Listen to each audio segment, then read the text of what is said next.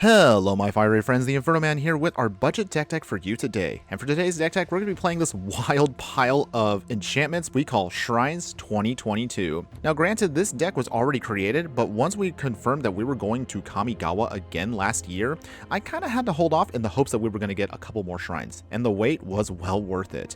For those of you who are new to the channel, this is mostly what we focus on, budget, jank, fun decks. And this is definitely janky, but also very fun, and it is budget. It is only going to cost you 11 rares on Arena, which is mostly a pretty cheap deck to make. But before we go on about how this deck works, let's actually break down for the people who are newer to the channel how we do this. First off, we will cover the creatures in the deck, then we'll go over the non-creature spells, we'll then cover the land base, and then we will have a chance to cover the sideboard, and finally, we'll have a match against Sparky to show you how the deck is meant to be played. If you are a fan of this kind of content, please make sure to give a like on the video and subscribe to the channel to see all the deck techs, booster pack openings, and more. But enough of me rambling on about my channel, let's go ahead and dive right in.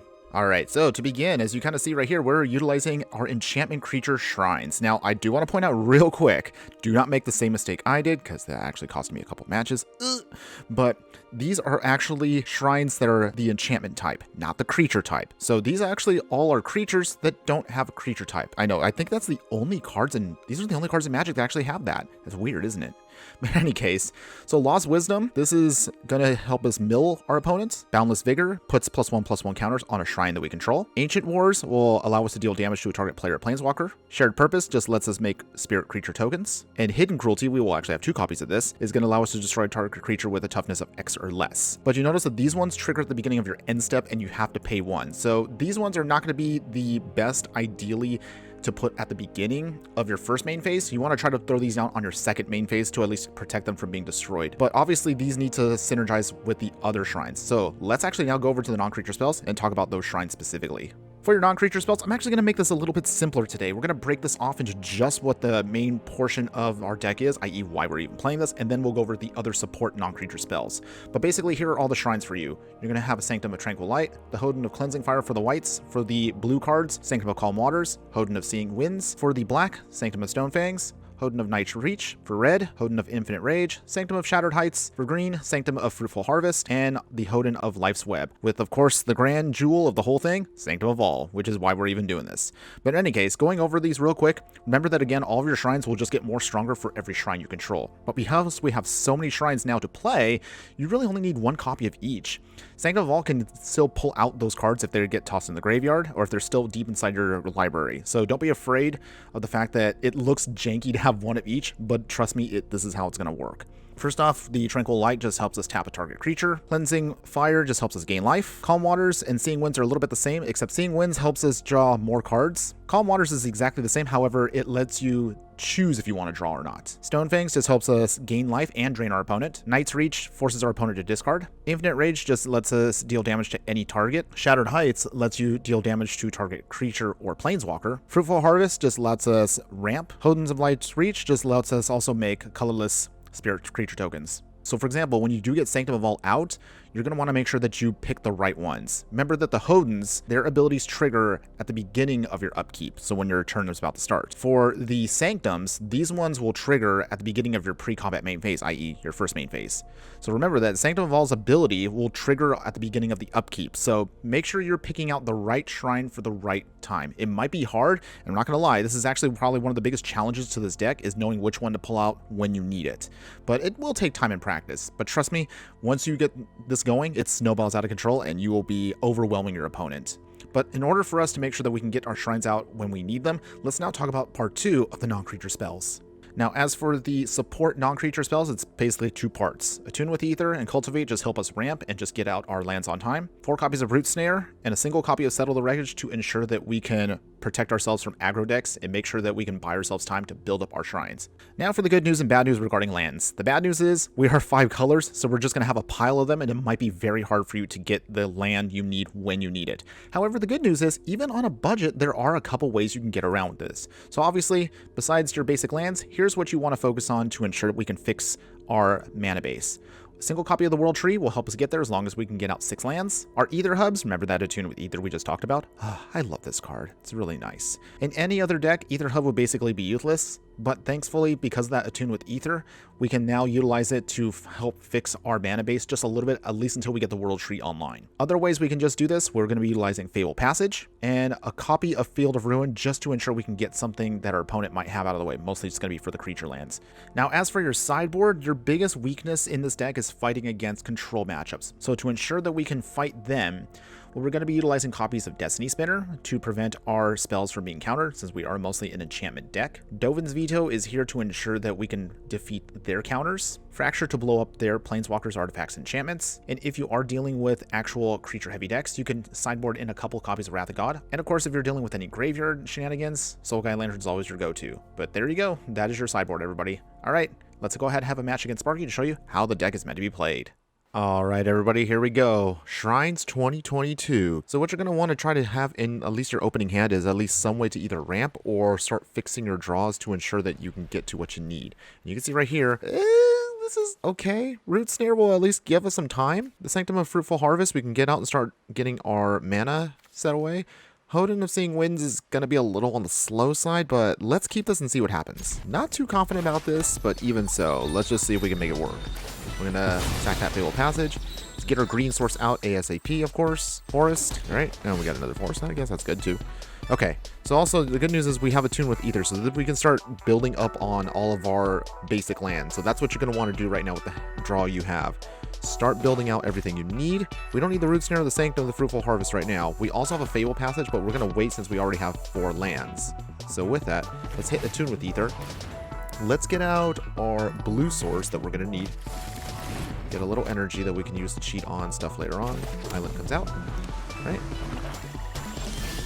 Okay, it looks like Sparky doesn't really want to play anything right now. So some opponents, again, if you're playing against control, kind of can help you buy some time while you're trying to build stuff up. But just be aware of the counter spell battles you might have to deal with. All right, Swamp. Let's get the Sanctum of Fruitful Harvest out. All right, so at least now, if we start getting at least some of our other... All right, we got the Sanctum of all. That's great. So this is actually perfect. Red. Sack the Fable Passage. We already have the red that's floating right now, so we're going to need white. And this is exactly what you need. Sanctum of All comes out. And now you just start building up everything. Hopefully, ideally, things should start snowballing at this point for you if you play this correctly. So right here, this is now where things get really tricky for you as the Shrine player. You got to have to start planning ahead versus your opponent, figure out what exactly are they trying to play against you, and then that's where we're going to have to go accordingly. So we're going to search our library. And at this point, it really is just going to be dependent on what you need to get down. You need either a Stone Fangs if you need to stabilize and gain some life. If you are a little short on card draw, then you might want to then swap over to start getting stuff with Sanctum of Calm Waters. If you need to just build up some blockers, you can also go with the Shintai of Shared Purpose. With what we have right now, we have a Root Snare, so that actually can buy us some time. Let's go with the Shared Purpose. Probably going to have a lot of creatures coming out soon. Let's get blue. So now we have a ton of mana. Hoden of Seeing Winds comes out. We can then Root Snare to protect ourselves. Put out a forest. And we pass. Alright, triggers on the stack for that. We'll pay it because we can afford to. And there you go. You have a bunch of spirits. Now you have a ton of blockers. Oh no, Sparky. Got rid of one of our blockers. I think we will be fine though. Alright. So we can pass. Alright, so at this point, now that you have enough shrines, you can start chump blocking for days here. So we're just going to start using some of our spirits to start blocking. Even if Sparky gets rid of, and they did it, they got rid of our Go Shintai there. Unlikely aid. But also you can do a couple other things here. We're going to Root Snare. That'll prevent the combat damage from hitting our things. We lose our shrine, but we can always get it back with Sanctum of All. So the trigger is still available. So this time, let's go ahead and search. Let's see what we want to get. Let's get... Now we get the Stone Fangs. This will just give us a ton of life, so now we can just stall out Sparky completely. Alright, so trigger's on. Remember again, the Sanctums give you a pre-combat trigger. The Hodens give you... We'll go with blue. The Hodens will give you at the beginning of your upkeep. And of course, the Go Shintais give you something at your end step. So also just don't forget your triggers depending on what you pull out. Do Cultivate. Start using up some of our mana there. Get a mountain, get another forest, put the mountain out. Forest in our hand, put it on the field, and we'll pass here. No attacks. Again, you're just trying to start snowballing everything to make it go out of control. So even though he's got a lot of control in their hands, it's not something you worry about. Once you have the stone fangs out, then everything else is just gravy at this point. You know what? Get back our Goshen tie. And as you can see, it starts snowballing. So there's stone fangs. Go with red. We don't need to at this point. You're at this point really good. Ether hubs now, it doesn't matter with the energy, so you don't even need that. We'll get the Life's Web out just because. Now we can just start throwing out all of our shrines. And there you go.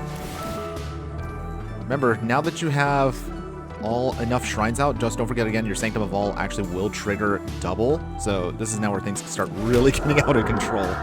Woo! Let's throw away some lands that we don't need. Don't get overconfident though in some matches. So sometimes they might destroy your Sanctum of All before you get a chance to do anything. So if you have to, keep an extra Sanctum of All always in your back pocket just in case. Alright, we got rid of their creature. And at this point, you've won the game at this point, because you can see right now the triggers have now doubled up. That's all we need to do. That's basically how you play shrines, everybody. You want to get Sanctum of All out ASAP, protect it if you're able to, or at least hopefully your opponent doesn't have an answer, at least in the first game, and it just starts snowballing like out of control here.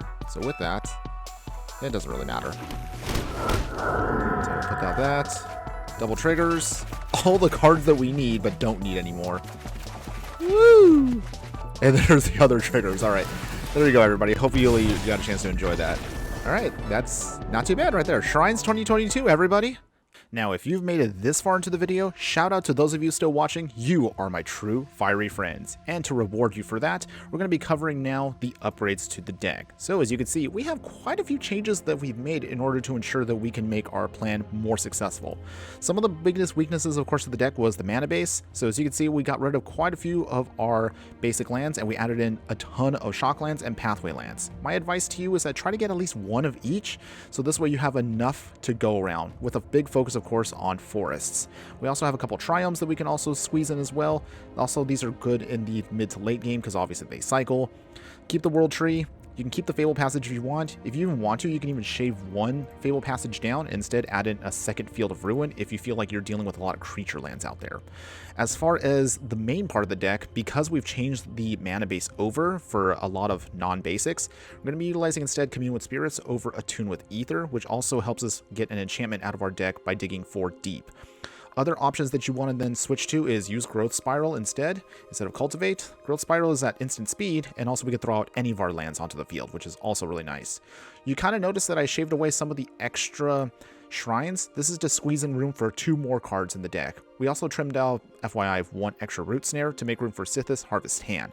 This helps us gain life and draw cards any time we cast an enchantment spell, which for this deck, we really do need to make sure we can keep our hand full to ensure that we get the cards that we need out onto the battlefield. And again, we're going to upgrade our ability to deal with our opponent's creatures and stuff by using Teferi's Protection. This is an amazingly powerful card that helps us basically just stop everything and keep us alive for another turn. As far as the sideboard, you don't really need to change anything. I think honestly the sideboard is good enough as is. However, we're going to take out a couple Fracture and then put in Heroic Intervention. In some of the matchups that we have where Root Snare isn't going to do anything, we have to deal with a lot of our targeted removal being hit at us. Heroic Intervention is going to be a lot better because this gives us hexproof and indestructible to everything we have on the battlefield. But that's basically going to be it for all your upgrades for this entire deck. It is a lot of rares and some mythics to go through, so only do this if you really want to invest in a Shrines deck. But the good news is, even if you aren't a big Shrines fan, if nothing else, as always, upgrading your mana base at bare minimum does a world of good for you. And there you have it, everyone. That is our deck tech for today. 5 color shrines in 2022. I don't know about you, but this was actually a pretty challenging deck to make on a budget, but it's still fun for what we have. My final thoughts, of course, are if you are a fan of these style of decks that can snowball into a win out of nowhere, if you like more complex styles of gameplay, I would say give this deck a try, and I'm sure you'll have a lot of fun playing with it. But in any case, Thanks again for watching, everyone. Please make sure once again to give a like on the video and subscribe to the channel to see all the deck decks, booster pack openings, and more. I really would appreciate it, and it really does show that people care about what I do. And just remember that no matter what you do play in the game of life, always be sure to burn bright. Later!